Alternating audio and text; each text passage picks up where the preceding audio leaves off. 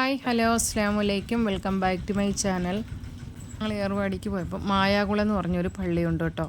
അവിടെ ഞങ്ങൾ പോകുമ്പോൾ ആ പള്ളിയിലെ ആ പരിസരത്തോട്ട് അങ്ങോട്ട് കയറി പോകുമ്പം ഒരു പട്ടിക്കുഞ്ഞല്ല, ഒരു പ്രാവശ്യം ഞാൻ വീഡിയോക്കകത്ത് കാണിച്ചിട്ടുണ്ട്. ഒരു കുഞ്ഞു പട്ടിക്ക് ഞാൻ പാലും ബിസ്ക്കറ്റൊക്കെ വിശന്ന്, അതായത് അതിന് നിൽക്കാൻ പോലും ജീവനില്ലാത്ത ഒരു പട്ടിയുടെ പാലും ബിസ്ക്കറ്റൊക്കെ വാങ്ങിച്ചു കൊടുക്കുന്നതായിട്ട്. ആ പട്ടിക്കുഞ്ഞാണ് ഇത് ഇത്രയും വലുതായിരിക്കുന്നത്. ഇതിൻ്റെ ഇടുപ്പയിലായിട്ട് കമ്പി വളച്ച് മുറുക്കി ആരോ വിട്ടേക്കുന്നതാണത്. എന്തിനാണെന്നറിയത്തില്ല. ചിലപ്പം ആഹാരം കൊടുക്കാൻ കഴിയില്ലാഞ്ഞിട്ടായിരിക്കാം, ഇല്ലെങ്കിൽ എങ്ങനെയും ഉപദ്രവിക്കണമെന്ന് തന്നെ കണക്കൂട്ടി നടക്കുന്നവരാരെങ്കിലും എന്തെങ്കിലും ചെയ്തായിരിക്കും.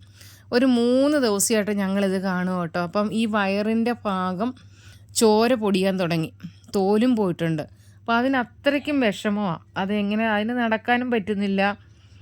എന്നിട്ട് ഞങ്ങൾ പറഞ്ഞു ഇതെങ്ങനെയും ഇതിനെ ഒന്ന് രക്ഷപ്പെടുത്തണം എന്ന് പറഞ്ഞ് ഇതിന് ഞങ്ങൾ രാവിലെ അവിടെ ചെന്ന് 2 പാക്കറ്റ് ബിസ്ക്കറ്റും പാല് വാങ്ങിക്കാതെ വെള്ളം, ഒരു ഗ്ലാസ് അവിടെ പഴയ ഒരു ഡിസ്പോസൽ ഗ്ലാസ് കിടന്നു, അതിൻ്റെ അകത്തോട്ട് വെള്ളമൊക്കെ ഊറ്റി കൊടുത്തു കേട്ടോ.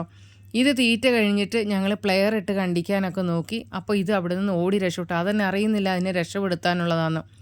അവസാനം ഓടി കതച്ച് അത് മടുത്ത് കഴിഞ്ഞപ്പം ഒരു സ്ഥലത്ത് വന്ന് കിടന്നു.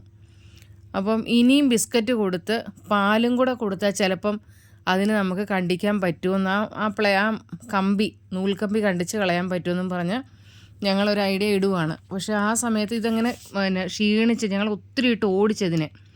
അപ്പോൾ ഒരു പഴയ ബെഡ്ഷീറ്റും കൊണ്ടാണ് ഞങ്ങൾ പോയത്. ഇതിൻ്റെ മുഖം മൂടിയിട്ട് നമുക്കത് കണ്ടിക്കാം എന്നുള്ള രീതിയിൽ ഞങ്ങൾ ഓർത്തു. അപ്പോൾ ഇത് ഇത്രയും ക്ഷീണമായിട്ട് ഇരിക്കുന്നത് കൊണ്ട് ചിലപ്പോൾ നമുക്കൊന്ന് പാലും ബിസ്ക്കറ്റും ഇനി കൊടുക്കേണ്ട ആവശ്യം വരികയില്ല, ബെഡ്ഷീറ്റ് ഇട്ടെന്നിട്ട് നമുക്ക് മൂടാമെന്ന് പറഞ്ഞ് ഞങ്ങളുടെ കൂടെ ഒരു ഹെൽപ്പിന് ബിബിൻ എന്ന് പറഞ്ഞൊരു പയ്യനും കൂടെ ഉണ്ട് കൂടെ കേട്ടോ.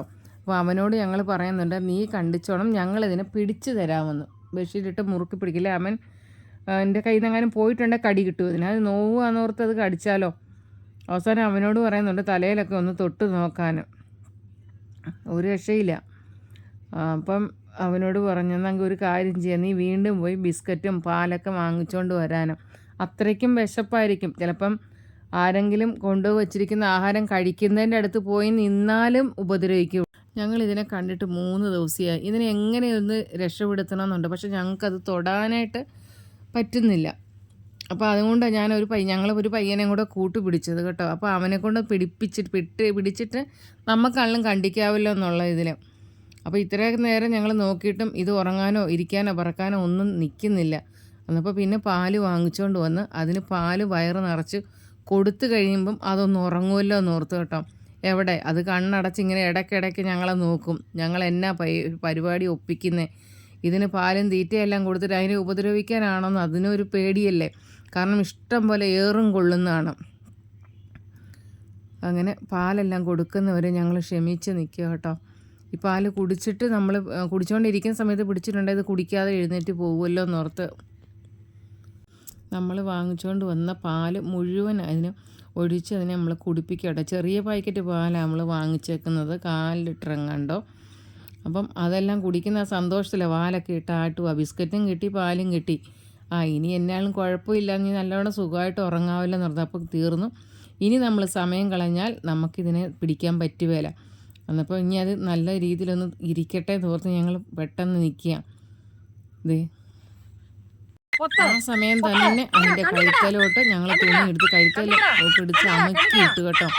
ഇത് കരയുന്നത് കണ്ടപ്പോൾ എനിക്കും സങ്കടം തോന്നി കേട്ടോ. പക്ഷേ അതിനെ രക്ഷപ്പെടുത്താനാണല്ലോ നിർത്തുക. അവന് പേടി കടിക്കുമോ, ഞങ്ങൾക്കും പേടിയുണ്ട്. പേടിയുള്ളതുകൊണ്ട് തല ഇങ്ങനെ അമക്കി പിടിച്ചേക്കുക. ഒരു തരത്തിൽ അതിനെ കണ്ടിച്ച് വിട്ടു. കണ്ടിച്ചപ്പം പാവം അതിനൊരു സമാധാനമായി. കടിച്ചു കഴിഞ്ഞ് ഞങ്ങൾ അവിടുന്ന് തന്നെ മാറി നിന്ന് കേട്ടോ. ചിലപ്പോൾ അത് വെപ്രാളത്തിന് നമ്മളെ കടിച്ചാലോ എന്നോർത്ത്.